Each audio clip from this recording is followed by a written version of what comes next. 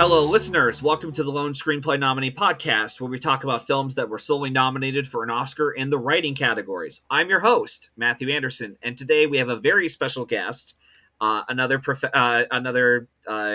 instructor who had taught me at Stevenson University, Christopher Ernst, who is an associate professor in the Film and Moving Image Department at Stevenson University, and yeah, so like I said, welcome to the show, Christopher, Professor Ernst. You call me Chris. Absolutely, yeah. Okay, totally. Chris. Okay, yeah. It's okay. Well, welcome to the show. You. How are you doing today? I'm doing great. Thanks for asking, Matt. Really good to be here.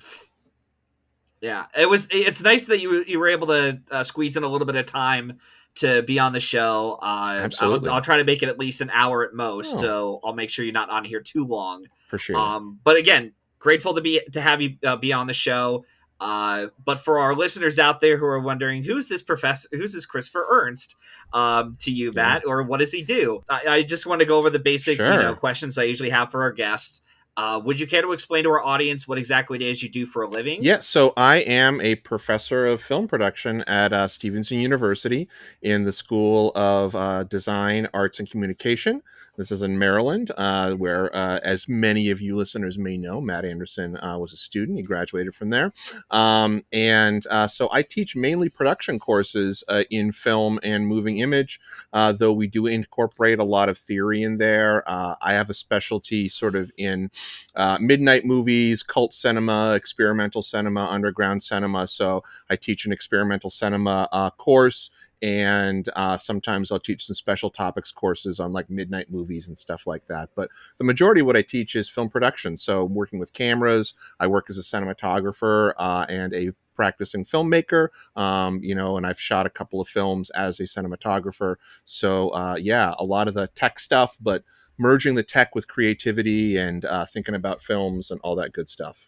Awesome. And I'm just looking through here real quick on your Stevenson University faculty. It says here you also worked for MTV Networks as well. Yeah. So I worked for MTV for a while. And then within sort of corporate mergers and things like that, I ended up working for before I left Viacom, but within being part of that major media conglomerate, I got to work for a lot of the different brands. So not just MTV, but like Comedy Central, Nickelodeon, Paramount Pictures, and stuff like that. I spent almost a decade in the media industry working out of New York City. I was teaching at the same time. I taught at the new school. It's before I had a kid, so I had a lot of extra time, or more time. I taught in the graduate program in documentary studies there. I taught cinematography. I did that for a while, and then I decided I wanted to teach full time, and so I ended up at Stevenson, where I met you. Yes, I had a couple classes with you. I think there was at least one I had when we got back to Stevenson after COVID hit. Right, was sort of done, and we were only allowed to wear masks within the classes. Do you guys still have the mask policy? No, thank goodness. We're pretty much back to quote unquote normal. You were there during one of the strangest times that I have ever taught, and I've been teaching for a couple of decades now. The fact that you survived that is a testament to your strength. Because that was certainly a weird time, particularly trying to teach film production itself. We're back to normal pretty much. Most of the film industry, as many of your listeners and you may know, is sort of readjusting, and there aren't as many COVID limitations as there were in terms of SAG policies and stuff like that. So, getting back to normal, sort of. We're getting back to normal slowly, especially with the 2 strikes we had over the last summer, which for a moment put my show on hold for a little bit. I was like, I need to find out and do some research on whether or not I'm able to do this, even though I'm not paid to do this at the moment.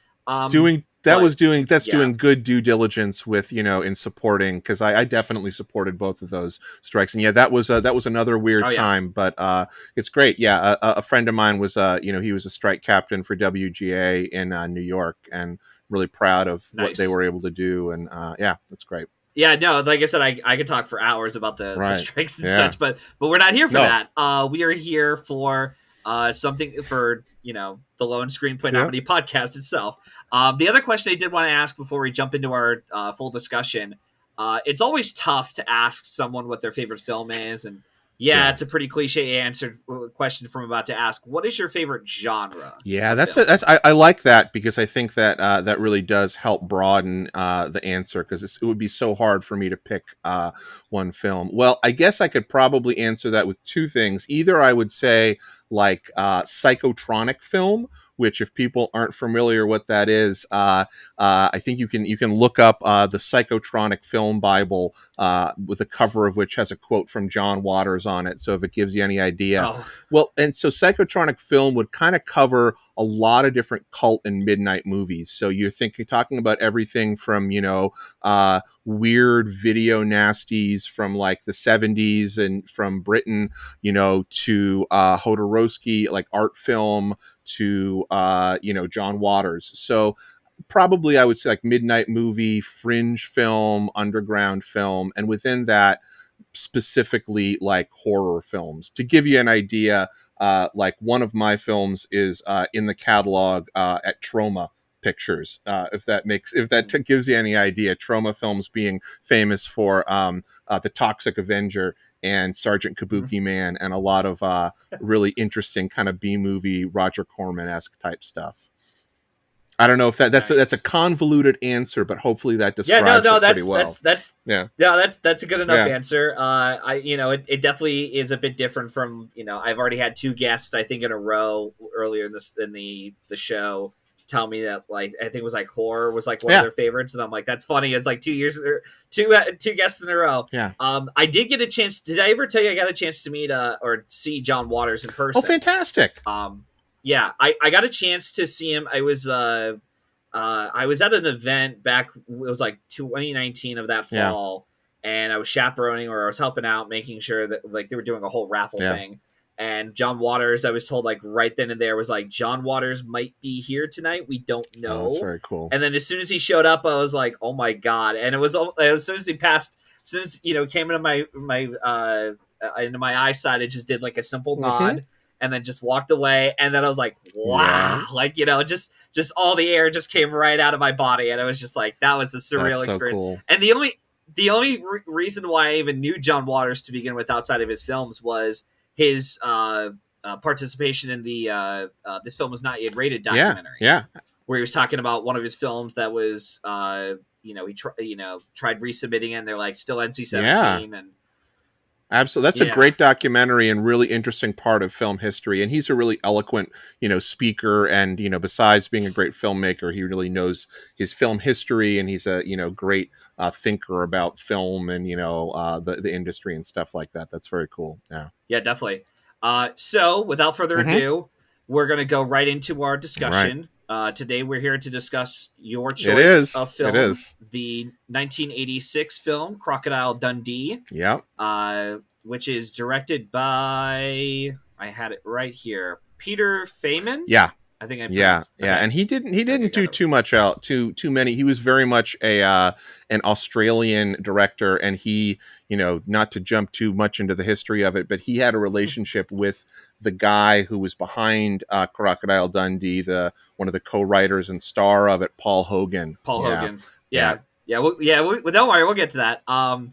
So to our audiences out there, just want a reminder once again, this won't be a beat by beat bulletin presentation like you hear on other channels, but we will be discussing major spoilers for our film talk. If you haven't seen the film yet and want to hear our full thoughts on it, watch the film first and then come back to hear us talk about it. I didn't know about this until right as I was prepping that it was on YouTube free with yeah. ads, and I rented a copy of it the other night on Oh, through Amazon Prime. Yeah, so I was like, yeah, damn yeah, it, right, yeah, right, yeah, but whatever, that's yeah, fine. Let me get to my notes. So, like I said, production notes I'll get through, and then yeah. I'll have some questions for you. So, Paul Hogan, who is as you mentioned, the co-writer and star of the film, came up with the idea of the movie when he was wandering around New York City, especially with the idea of a Northern Territory bushman arriving in town, Mm-hmm. and what would his interactions be like amongst the New York savages, so to Right, speak. right. And ended up using his TV connections, including John Cornell, Peter Feynman, and Ken Shady. John and Ken would co-write the script with Paul, and Peter would be the film's Hmm. director. Filming started on July 13th in 1985 and would wrap on the 11th of October. And at the time, weirdly enough, Paul Hogan knew this would be a big hit around the world. Part of it was because they never had a movie that showed, like a big light of Australia like Yeah. this. And indeed, it would. It would make over $328 million on a budget of 8.8 million. That's worldwide, by the way. 328, and this was a success. And because of the success and popularity of the film, it would spawn this idea into a franchise with two sequels that they came out with, and a Super Bowl ad that happened about maybe 5-10 years ago, Hmm. almost, with Danny McBride and Chris Hemsworth in it. And outside of the lone writing nomination it got for the original screenplay category at the Oscars, the film received 2 BAFTA nominations for lead actor and original screenplay, along and was also nominated for 3 Golden Globes, winning one just for lead actor in a comedy musical. So yeah, and I'll just get through the log line real quick. An American reporter goes to the Australian outback to meet an eccentric crocodile poacher, Michael J. Crocodile Dundee, and invites him to New York City. So that is the log line of the movie. And I always ask my guests. Obviously, I assume this was your, more. You'd seen this more than Oh yeah. once based on your decision. Why, out of curiosity, out of all the films that were presented to you in the list, why choose this one? Well, because this was, I saw this film in the theaters when I was a kid, and it really was, I was just the perfect age for it, I think, in terms of the Australia mania that was happening in the 80s at the time. Because it really was like all of a sudden, like everybody was, into Australian things, and the scene from the film, that's not a knife, this is a knife. Yeah. That was a live action meme that everybody was doing at the time. So this film was one of my favorites when I was a kid. I really liked this film a lot. Hmm. And I really like the sequel to it as well, which is a really weird film because it involves Colombian drug cartels, and it's like Oh. assassination plots. It's kind of hilarious.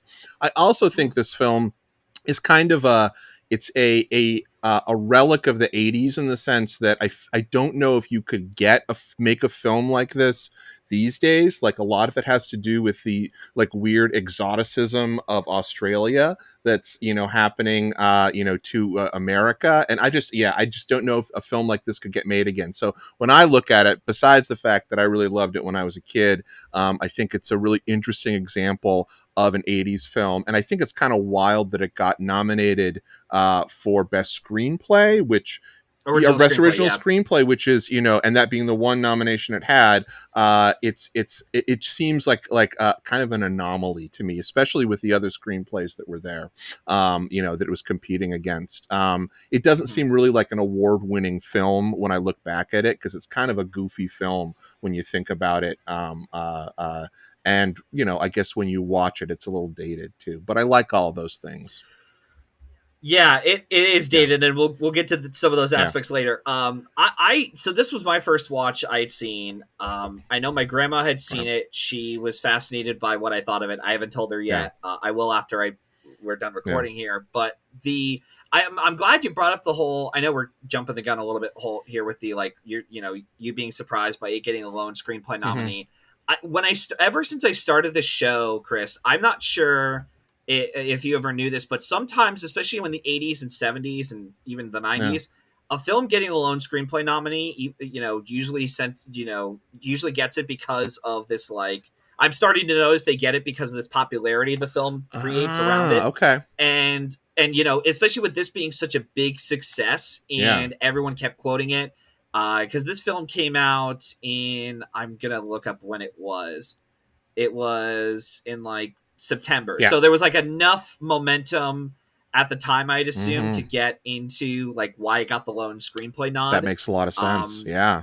but it always happens. Yeah. Even with I'm trying to think, like Glass Onion was another Right. one where it's like it got the adapted screenplay nod because of its popularity, and it was based off a sequel. May December, which just Oh, it's sure. inducted into the Lone Screenplay Nominee Yeah. podcast. That was it was a little bit. It didn't make any kind of money per se, Mm, but it was enough. There was enough popularity or surrounding it when it came yeah. out, and it was like right on the cusp of like certain couple of categories.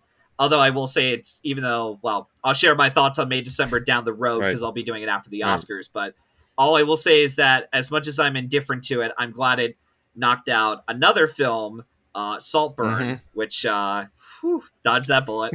But anyways, enough about that. Shush, shush. Yeah, no, Right. spoilers for Right. that episode. So, yeah, as far as this, like I said, it's my first time I'd seen it, and I thought it was decent. I could definitely see at the time why it was such a big popular thing, Yeah. and also too, we hadn't been bombarded by these like crappy fish out of the water type of Right. stories to begin with.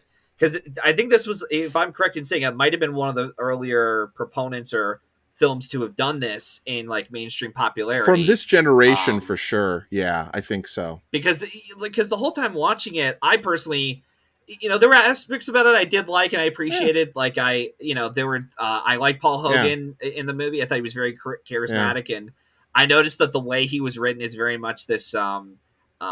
He can be a bit of a rebel, but he's not like an Right. asshole in the Yeah. character. Like with that character, he's not like a bad Right. person per se. Although, like I said, some of the questionable things he's done, like Sure. checking out of a woman as a man, Sure. or the other way, Yeah. and I thought Yep. Yep. it's a little bit Oh no, dated. it's totally Um, dated. Yeah. Yeah. but the other aspects to it of like him making sure that the journalist was a lot making sure that she was able to survive in the jungle on her own and Yeah. actually caring for the woman. Yeah. But yeah, I thought that aspect of it was interesting, but I think for me the biggest reason why I couldn't get myself attached to the film itself as a Yeah. whole is that, and it kind of stems to like again, time period. I get it; it was made back in the Sure. '80s, but it's part of it for me was because it didn't really have much of a story to Mm-mm. it, and I'm not expecting every film to be that way. But at the same time, like I think of something like Licorice Pizza, where that doesn't have a narrative to it, but the gags are really funny. I thought, and I cared a lot about the characters. Not that I didn't care about the characters here. I just didn't find that they were that interesting for It's me. pretty shallow. And I mean, like, I was 9 when I saw it. That tells you how old Yeah. I am. Like, it was 86. I was born in 77. I was 9. And I think that part of the reason I liked it so much, and listen, when I watched it again this past week, it was mainly nostalgia that was Hmm. I was enjoying it for. As a movie itself, yeah, the characters are pretty thin, I think. It's got, I think, pretty decent cinematography, and I had forgotten who shot it, and he's actually quite a good and reputable Australian cinematographer that did Master and Commander, Far Side of the World, and and you Wow. can see some of it in there, like some of the lighting and some of the camera moves and Hmm. stuff like that. That final scene where they're walking, and this is a big spoiler, they're like walking on top of people's shoulders and to meet each other in a subway in this sort of romantic ending. Um, and do you remember that? No, I Yeah, do. yeah, I'm yeah. just. Yeah. No. Yeah, No. yeah, Yeah. yeah. No. And so, like, Yeah. just No. I'm the just. way Yeah. he shot it and stuff like that, I thought was, pretty interesting. But the story itself is pretty thin, and I think that's why, as a Mhm. kid, I was able to glom onto it, and I liked it because it was easy. It was kind of like it had really simple, heroic stakes that were, Yep. really just, it's like almost a trope, one trope after another in some ways. And I think that was part of why I liked it. And it's also, he's kind of a superhero-ish, cartoonish figure, if you really think about Mhm. it. Um, yeah. Yeah. The reason why I was given the bug eyes was not because of the scene you were describing, but I'm looking at it's Russell Boyd, like you said, Master and Yeah. Commander: The Far Side of the World. I didn't even realize it's the same Yeah. cinematographer. He did stuff like the remake to Doctor Dolittle. Yeah. He did Liar Yep. Liar. Yep. He's gone. Holy crap! Wow. Yeah. And he also shot the next Crocodile Dundee movie, the second one. Which Um, I was saying how much I like it. It has this gorgeous cinematography in Australia because a lot of it takes place in Australia. And uh, with thinking back on it now as a cinematography professor, and because I actually, after I watched this first one for the podcast, I checked out some clips from 2 because it made me, sort of nostalgic for it. And there's some great like magic hour, beautiful shots of sunset and stuff like that. Really, really impressive. That kind of doesn't fit with the goofiness of the film. This is the second one I'm talking about. Yeah. Okay. Yeah.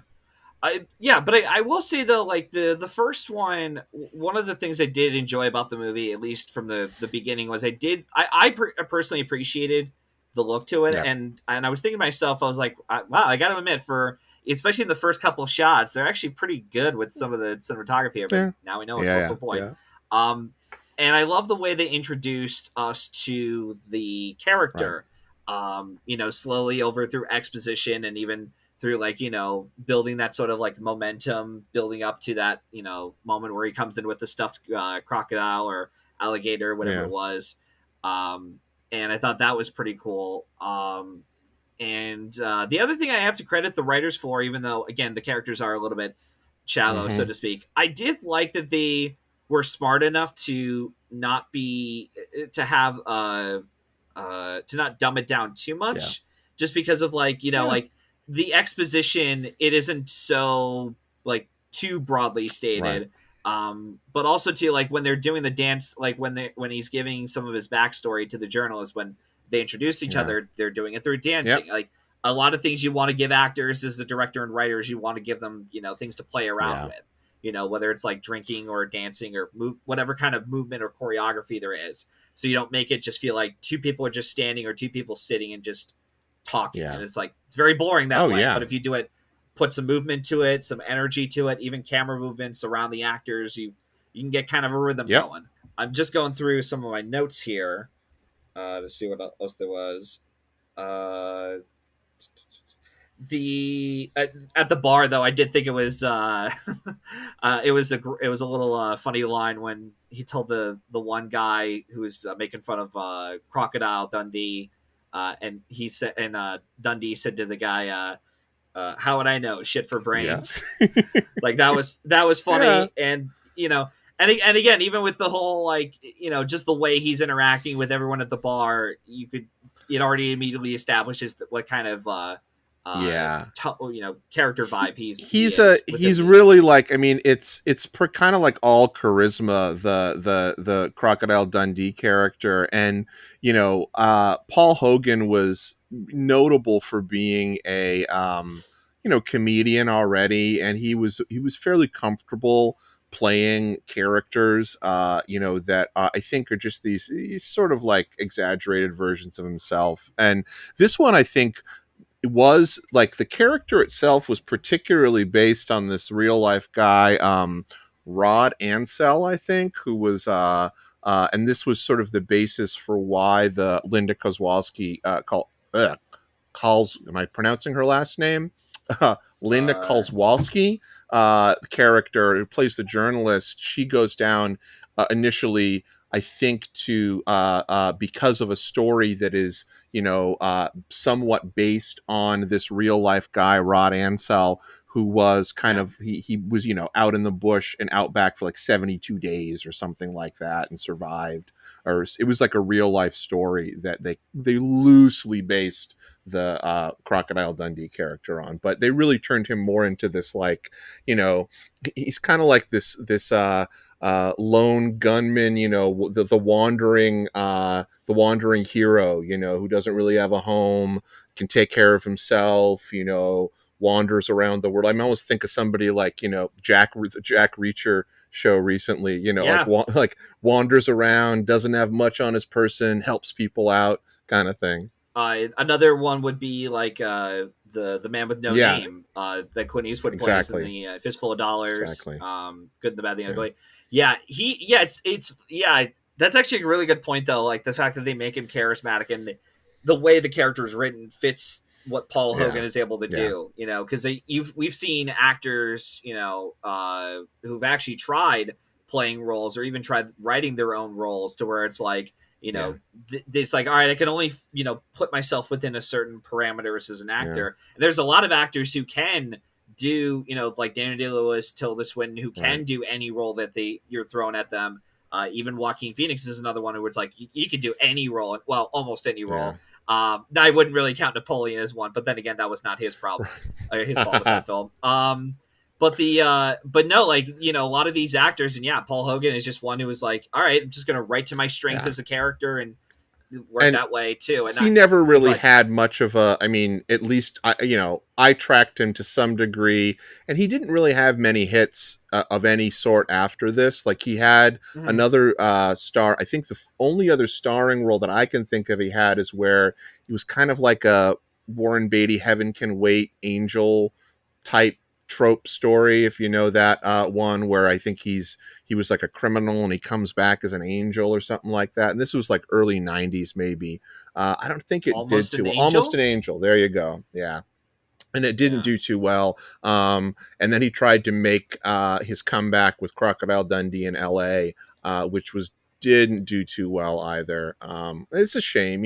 I think he's charismatic guy, but he just couldn't find anything else that really hit. Yeah, sometimes you're in a role that's just too famous to where you're Yeah. just like, you know, kind Yep. of stuck in this like pigeonhole Exactly. kind of role. Because one actor I think of recently, maybe it's just because I have him on the mind recently, but like Bradley Cooper is one who Mm-hmm. is like he's tried to avoid being pigeonholed, you know, because he's one that I personally thought he would be like the next Gerard Butler and starring Sure. these like romantic comedies and action films, Yeah. but it's like no, he actually wants to direct, he wants to Yep. write, he wants to produce with like Spielberg Yeah. and Todd Phillips Yeah. and all these, you know, Right. Guillermo del Toro, which is nuts. But yeah, no, a lot of actors try to do that, and sometimes it works, sometimes it Mm-hmm. doesn't. But yeah, it's a shame too because I would have liked to have seen Paul Hogan do other things. But you know, as long as he's happy with what he's Oh doing, yeah. then Sure. you know Exactly. that's Yeah. fine. You know, no need to you know, risk your own life for my own entertainment, Right. you know, unless you love doing that Right. like Tom Right. Cruise. But you know, I'm just going through the some of my other notes. The Kang. So later on in the film, when we see Mr. Dundee in the middle of the night with the reporter, seeing these poachers coming in and you know killing all these kangaroos. It was I thought it was a little bit funny with the when Mr. Dundee had you know placed like a fake kangaroo corpse it looked like and then had like a gun shooting Yeah. off of it. Yeah. I thought that was It's a good funny. gag. And the other aspect I did like in the writing that I have to give credit to was I like that they established the reporter character as someone who is able to handle her own without, you know, forcing in a lot of exposition or like forcing these like, you know, like writing techniques that you would Yep. do to establish the character. Like you're doing a lot of telling, but not a lot of Mm-hmm. showing. And one aspect was an example for me was when uh, Dundee told the woman, you know, take the gun. You're gonna, you know, just in case, you know, if you just fire some shots up in Right. the air and I'll be there to rescue you. And she, you know, sort of cocks the gun and fires it close to his Yeah. foot, and without any dialogue. And it's there to establish of like, yeah, she's able to handle her Yeah. own. And I'm like, yeah, there you go, Yep. show don't tell. You know, I like that. Great point. Yeah, that's a And really good example. yeah, which is a shame because, like I said, a lot of like modern movies. Like I was on a podcast episode. The last one I did was Ace in the Mm-hmm. Hole, where there were a lot of you know tricks that a lot of modern writers and directors could learn from. You know, from that movie, like you don't have to you know force in this whole commentary or this like bigger scope scale. Like Yeah. you know, be very simple with it. You don't have to be too broad with it, but you have to be simple enough to know you can create Yep. complexities out of that simple ideas that you're creating. And it just seems like nowadays we're just kind of stuck into this world, and hopefully we'll get out of it soon, where a lot of writers are actually challenging themselves creatively and you know on the page and on the screen to say like, okay, let's be a bit more complex with this, and we trust our audience. We don't need to spoon feed everything to them. Absolutely. Yeah, I'm totally with you on that. And it can be hard too, Uh, for writers. I think there's a difference too, when trying to sell a screenplay versus, trying to make something that's marketable as, yeah, a spec script. It's a tough thing to do, but I totally agree with you. Yeah, I would love to see more of that. yeah, and we're also unfortunately in an era right now to where even if the film is guaranteed made, it's like you have some asshole studio Yep. executive saying, "Oh yeah, Even though we promised you the movie would be finished, yeah, we're gonna delete it for a tax Right, write-off. right. Oh my God! Don't Um, even get me into that. That's just—it's the worst part of the money making side of the film industry. Which, I understand that it's got to be a business to some degree, but man, gotta, if you don't respect your artists, you're gonna something's, I don't know. I feel like karma's gonna get them at some point, but who knows? no, they will. Trust me. I've seen. Yeah, we've seen way too much history going Yeah. on. I'm like, yeah, what comes around Right, goes right. around. And just looking through some of my other notes I had here. Uh, the joke about the tribe friend of Mr. Dundee when he said he didn't want to get his picture taken, I thought Yeah, yeah. was a little bit funny. Where he's like, "I don't know, I don't want my, I don't know, you can't do that. You can't take a picture. Why? Because the lens is covered." Yeah, yeah, no. Like I was like, okay, all right, that's kind of Well, funny. it's playing, it's funny because it's got like, it has these things like you mentioned where there's this sort of like transphobic part later in New York where Yep. he's this whole thing about he's at a bar that is a gay bar, and there's a man who's dressed up as a woman, and is hitting on him, and he reacts through violence, and then later on there's a very masculine woman, and he grabs her crotch to see if she has male genitalia, and it's Yeah. like so stuff like that. But then at the same time they do these things that are trying to subvert Aboriginal stereotypes, where they have Mick treating his friend who's a Aboriginal Australian just the same way he would anybody else, with a great deal of respect. Mhm. And, they make the guy smart and funny and have that little lens cap thing, that sort of is a twist on the natives don't want to have photos taken of them because it steals their souls type thing. So, Yeah. and I think very much like we said, it is a relic of its time in the 1980s. So you get a little bit of both, a little bit of sort of progressiveness, and then a little bit of this kind of retrograde thing. Yeah. Even with the driver played by Reginald Reginald Val Val Johnson, Johnson. yes. Yeah, which I had no idea he was in the movie, and the moment he popped up, I'm like, oh wow, Yeah, that's that's him. right. You know, it was like with when Carl Weathers showed up in Close Encounters of the Third Kind. I'm like, wait, he's in Yeah, yeah, this? yeah, Like yeah, what? yeah. But yeah, Reginald Val Johnson. Yeah, it was nice to see him in it, and it's funny because I looked at his credits after the movie. I'm like, so he did this 2 years before Die Yep. Hard came out, and that's what put him on the map as an Yeah. actor. Yeah, but no, it was great seeing him in the Well, film, even though he only had like two he's major in it scenes. very, very short time as a chauffeur who ends up, Yeah, he gets a little action. Yeah, it's this yeah, funny scene where he um basically, like, Mick is trying to chase this guy down. I think as he grabbed somebody's purse or something like that, and yeah. Reginald Vell Johnson, who is the playing the limo driver, for the Kozlowski's journalists, that's driving Mick around New York City. So he gets out the limo driver, and he pulls off the on the back of the limo. There's what's supposed to be like an antenna spoiler, but it basically looks like a boomerang, and he pulls it Mhm. off and he throws it, and it hits the person who's running away. And then he and Mick have some exchange where basically he's like, oh yeah, I used to run with a gang in the Bronx or something, and Mick was like, I thought you were part of a tribe, which is kind of, it's like this Yeah, weird, like, you're like, oh, it's yeah, supposed to be nice, but it sounds kind of icky. But it is cool that he yeah. at least got that. I always loved the when he gets out and throws the car antenna, and it's like a boomerang and it hits the guy. As a 9-year-old kid, I love that. Yeah, no, I can see that. Yeah, I mean, hell, I was as like a 9-year-old kid, I was excited to rewatch like Jumanji Right. and see all the books be demolished by the Yeah. stampede. Like that was like such a cool effect. Like Yeah. wow, that was Yeah. they're coming right at Yeah. me. But the yeah, and then okay, so one question I always have to ask myself every time this comes up because I never. The only time I've ever been out of the country was Mhm. when I went to go to Hawaii the last couple months ago. I never know why the steering wheel is on the other side of the car. I never like even watching it. I'm like, wait, why is that Yeah. a thing? I don't get that. It's I never understood it. There's I'm sure there is a valid reason for it, but I've always just assumed it's you know a different cultural thing. How some people, some languages read up down, some read left right. It's just something that sort of develops along the way. But you're right. There might be some like real technological, physiological reason in terms of engineering when cars were being invented that it happened on the other side that I'm not aware of. But yeah, it's like half and half. There's some places where you find that and some places where you don't, even amongst Europe. And I have no idea why there is that difference. I'm sure there's a reason if you look if you search it up. If I Google I'm it, sure yeah, there's some very logical reason for it. Yeah. there'll probably be some answer out there.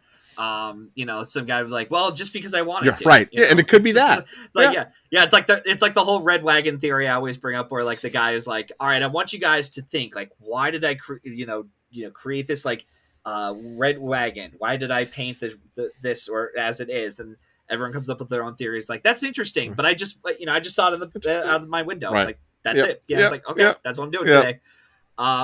Yeah.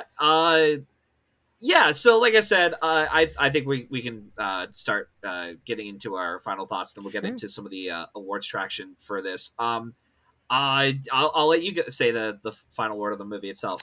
So, I think it is a unique movie that you probably couldn't get in any time period except for the 80s. Yeah, it's very dated, and I think it's got some, rather some thin characterization in terms of the scripting, but it's one of those I think greater than the sum of its parts films that especially from my generation or people that were growing up at the time, it holds it holds its place in a lot of people's memories. So I think it's worth watching. Maybe not something that you want to go out of your out of your way to rent, but watching it for free on YouTube with ads, you might get a chuckle out of a couple of gags in it, and certainly it will tell you a lot about the beginning of the Australian craze in the 1980s, which extended to Yahoo Serious. And that's another Mm-hmm. completely other episode you'll have to do at some point. But I don't think that got nominated for the Academy Awards. So Yahoo series. yeah, Yahoo Serious. If you want to look that up, this was the sort of the second phase of Australian mania in the United States in the 80s. There's this film by this guy named Yahoo Serious, and it was called Young Einstein. Oh yeah, that was definitely not nominated for No, any no, kind no, of no, no, awards no, no, no. traction. But people, like, Yeah. culturally, people thought of this as a follow-up sort of to Crocodile Dundee, and the Australian mania petered out pretty soon after that. Oh boy. Yeah, they're like, yeah, maybe we should have went somewhere else. Yeah. Ooh, Mad Max is on the horizon. Yeah, We're getting another right, one. right. Okay, There yeah, you go. Let's go There back you to that. Yeah, let's go back to that. Yeah, as far as my overall thoughts of the movie, it was okay. I definitely understood the appeal for this kind of movie, especially at that time when we weren't really used to seeing this kind of Australian culture, especially within the United States, Mhm. and this being told as like a fish out of water type story. Paul Hogan's very Yeah. charismatic. I would recommend it just based off of his charisma. But yeah, like I said, overall it's fine. But yeah. So before we head out and say the official final word, I'm just gonna ask you a couple other questions regarding with the film. Mhm. Would you say this was worthy of its sole nomination writing? Well, your explanation of it actually made me rethink, the fact that it was such a popular film. Maybe that was reason enough for it to get an Academy Award nod. But as a screenplay, I don't think so. I really Yeah. don't. When I think of the Academy Awards trying to celebrate the best in craft and creativity, I don't think that the screenplay holds up. No. Yeah. I mean, these are the same bimbos who gave Green Book Best Picture, Screenplay, Yes. and Bohemian Rhapsody 4 Oscars, including Best Indeed. Editing. Yeah, So indeed. I wouldn't. So I, as much as I respect them sometimes, I wouldn't put them in such a high pedestal, in my Right, opinion. right. These are the guys who thought that the that editing in Bohemian Rhapsody was a Yeah, masterpiece. yeah, Like, true oh my enough. God, chef's kiss, Yeah.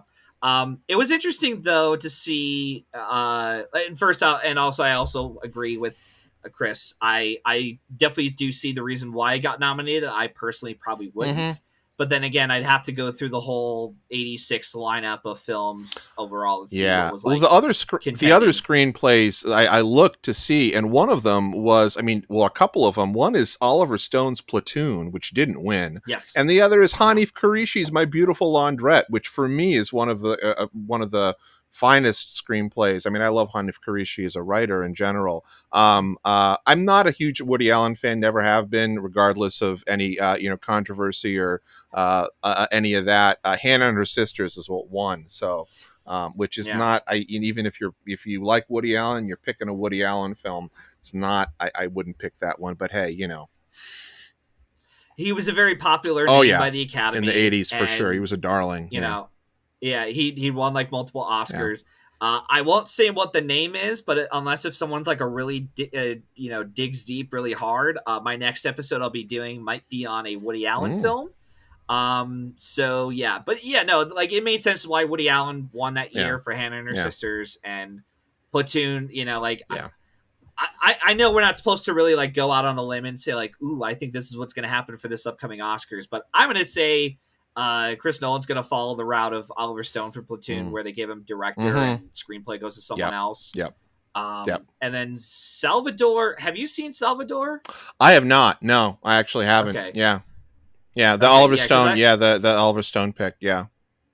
yeah, because I'll yeah, I'll have to watch it one day on my own to see why it got in. But yeah, I'm looking through the rest of the what they chose for the Oscars. Paul Newman finally got his overdue Oscar win, even though I personally would have given it to him for The Yep. Hustler, even though I like him in Color Money, but lead actor, especially recently, have gone for the more Yeah. overdue narrative of like, oh wait, this actor's how old? Yeah. We haven't given him an Oscar. Okay, Yeah. let's throw him the win. Um, it looks like that might be Yeah. this Yeah. Yeah. year. We'll Right. see.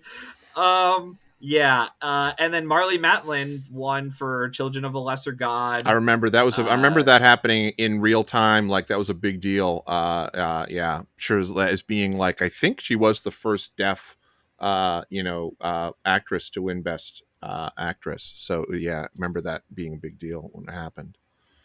I'm pretty sure she might be the only one until Troy Kotzer did it Yeah. Right. for Coda, Exactly. which ironically Marley Matlin was his co-star Yeah. in Yeah. Yeah. that. Yeah. Yeah. Um, yeah. I'm just looking through to see what else was that year. Top Yep. Gun was that year. Room with the View, which I remembered actually kind of enjoying a Yeah. lot. And then Aliens was another Yep. one, which was another popular movie, which in my opinion is probably the only good Alien movie in that franchise because I'm not the biggest fan of Ridley Scott's first one.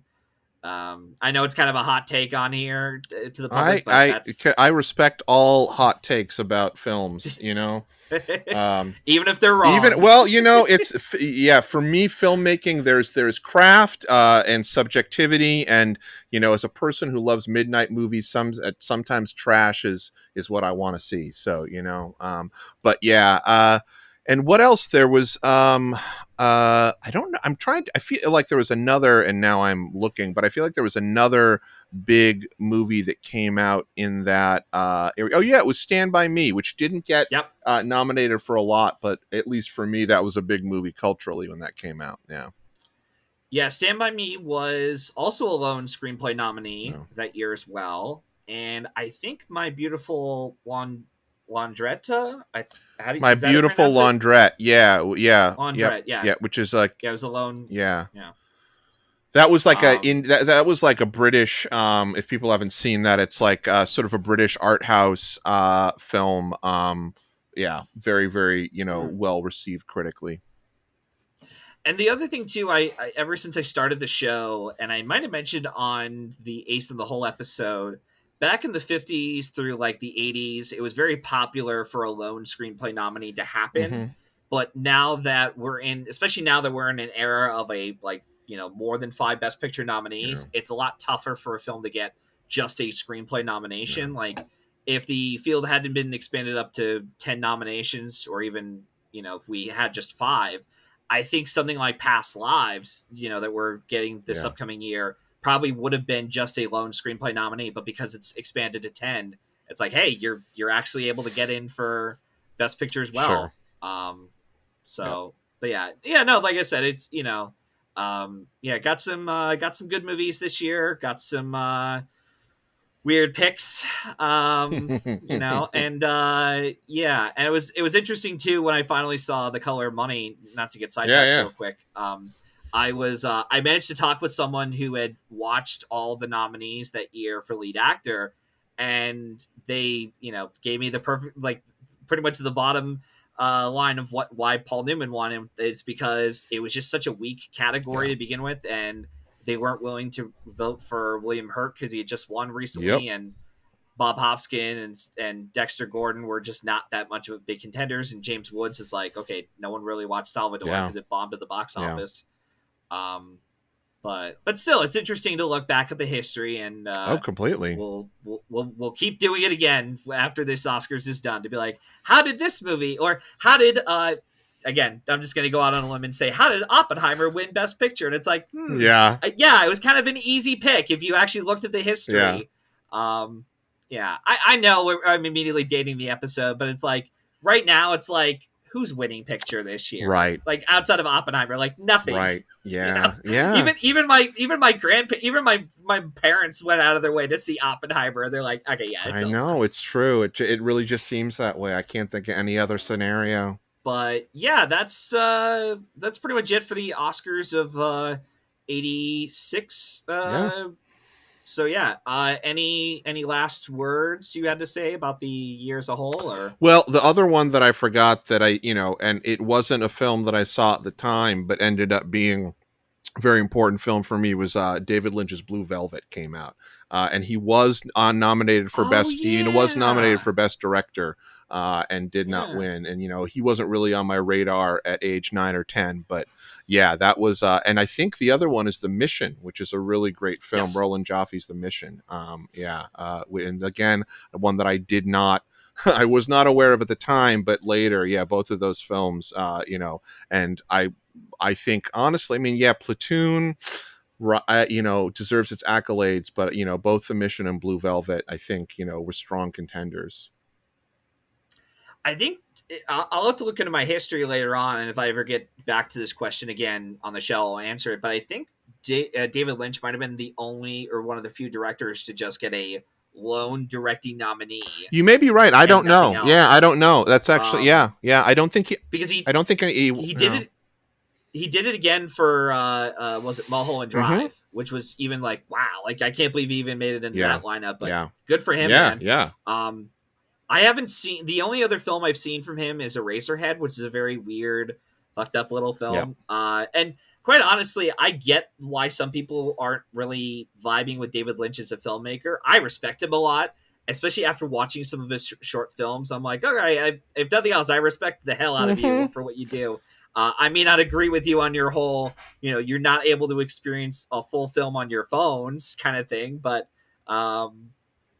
that's a great clip of him saying that. Yeah, watch a film on your fucking phone. Yeah, it's hilarious. I'm a huge David Lynch stan, but I also understand why some people don't like him. It's, film to me is sometimes like music, and there's some people that really, really like the Beatles and don't like the Stones. There's some people that really like the Stones and don't like the Beatles, and that's okay. You can still like, they still they're both still great. Yeah, exactly. Yeah, film is like art. Yep. Well, yeah, just like art, film is subjective to some degree. Is you got to have stuff in focus at least. yeah. So that's the end of our show for today. I want to once again thank you again, Chris, for dedicating your time being here on the podcast. before we sign off, is there anything you'd like to plug in on where our listeners can follow you on, so to Well, speak? I mean, if you're interested in looking at some of the films that I've made or links to them, you can go to my personal website, which is Bright Rectangle for my production company, Bright Rectangle Films. You can go to brightrectangle.com. And, I also do appear on a podcast quite frequently called Where Did the Road Go, which is about paranormal stuff, which is one of the things that is uh, uh, one of my interests outside of filmmaking, and that sometimes I make films about. So if you're interested in paranormal podcasts, check out Where Did the Road Go? Yeah. Nice. I'll definitely, well, I got plenty of time on my Yeah. hands now at the moment, but I'll definitely be looking into some of that myself. Cool. As for me, you could follow me on and the show through Linktree under @Matthew995, where you can follow along on all my social media accounts, such as Twitter and Letterboxd. On the same site, I've also provided a link where you can listen to more episodes of the show. And if you're interested in being in the hot seat like Chris has today, let me know, and hopefully we can arrange that happening soon or in the future. In the meantime, we hope you enjoyed listening to this episode, and we hope to see you at the movies. Take care, guys.